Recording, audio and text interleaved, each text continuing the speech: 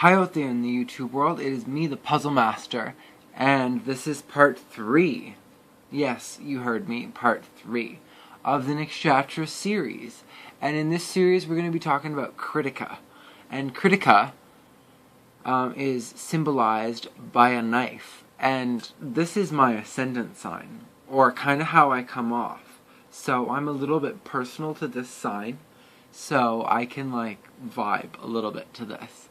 And I don't want people, a lot of other people out there that have Krittika, I want them to know, try not to be so harsh, because we cut people up with our words, and then it's just you just fuck stuff up. You gotta learn to be a little less critical, which is where the word critical actually came from.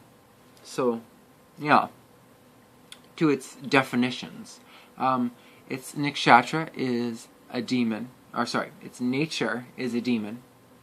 Its ruler is the sun, okay? So even though it's starting into Taurus energy, which is earth, it has the sun. So, earth and sun. We have to kind of combine the archetypes when we go into the nakshatras. It gets a little confusing, but you can do it. Its symbol is the blade or knife. Its element is earth. Its animal is a female sheep. And remember, all of these attributes give qualities to its nature. And the myths associated with it are Agni, the Lord of Fire. So, Lord of Fire, okay?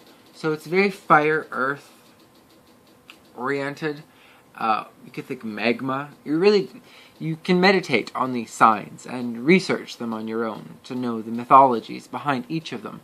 But, yeah, their main ideas are they're going to be military strategic people.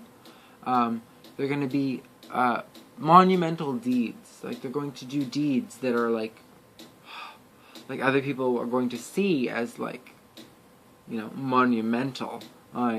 And they're going to be seen as that giving kind of Taurus. With the whole fire aspect. It's a little more jazzed up than the classical Taurus. So if you're a Taurus, but you're really a Krittika, this is why the difference in your character traits. Brilliance. They're an encyclopedic exposition of all the branches of learning. So they're very knowledgeable. Kind of like a Gemini.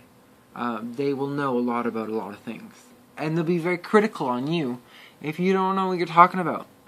You have to be validated. If you, for example, myself, because I have Krittika as my ascendant, and I have lots of YouTube videos, when people want to, try to bash me, or, slander me, if they do not provide any information that actually goes against what I'm saying, other than their feelings, which are completely irrelevant, then they haven't done any justice to their cause if they were trying to bring information to their cause. Because I think very critically like that. You have to see through the emotion into what the facts of they're saying. And yeah, so their traits are they're very critical. They can find flaws in things easily. They make very good judges. They want to be a perfectionist. But by no means of that does that mean they are perfect. It just means that they strive to that. And that in any fault of their time, having a beer, having a smoke, energy drink, any of that small, tedious things, they're quite aware of their faulting. For myself, I'm not all yay, let's just go have a smoke. I'm quite aware smoke is pretty bad. You know what I mean? I'm critical on myself for that. But I still do. Horrible as I am. But yeah, they are very critical and can find flaws in things easily. I think I said that already. They love nature and adventure. And they like to take risks. They're mentally speaking or physically. And sin to them is being dull or bored. So if you're dull or you're bored, that's like sin for them. That's just like pain, and it hurts. Like they don't want to be bored, waiting, all that kind of stuff. That sucks for them. Because they're critical. They're just like, what is going on? Like, you know? Yeah. They have very sharp words and are truth-seeking, constantly changing, and constantly challenging other people and their belief structures, because they feel that, like, if you have a belief, you have to validate it.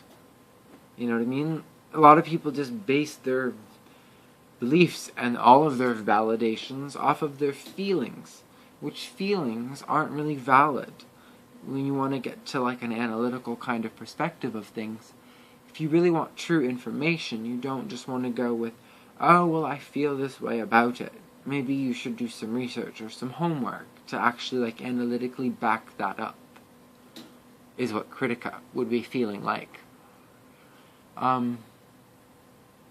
Yeah, they have an extremely short temper, but it is not long-lasting, meaning like they can like blow up at the drop of a hat, but it's not a big deal to them because it's the ebb and flow of time.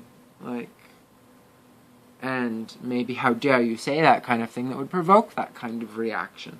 Might you not have thought about it or known better? But yeah, so that was pretty much Krittika in a nutshell. Number 3, and I hope that you learned some things about this. It's my ascendant, so I can kind of relate to it. Subscribe and like and do all that fun stuff. And I'll see you in my next video.